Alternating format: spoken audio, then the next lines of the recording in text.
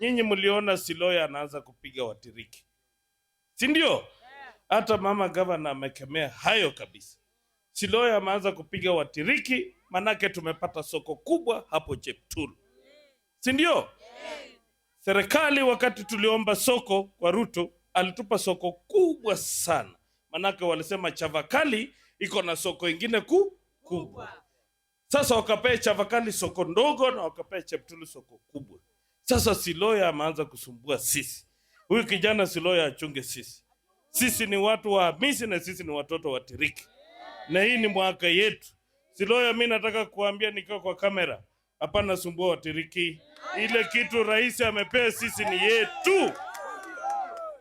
Na hata Gimose kama amenyamaza, manake mmeongea na yeye, mmepanga maneno yenu, Kolo hata nyamaza. Mimi nitapiga kelele mpaka hata muue mimi, manake natetea watu wetu, watoto wa Hamisi, si ndio? Ile soko kubwa ambayo rais amepea sisi lazima ijengwe Cheptulu. Na Siloya, wewe ni mwanaume utakutana na Kolo.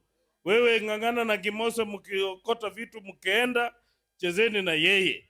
Lakini kama Kolo bado ako hai, hakuna kitu ya mtoto wa Hamisi ambayo itapotea kama mimi niko.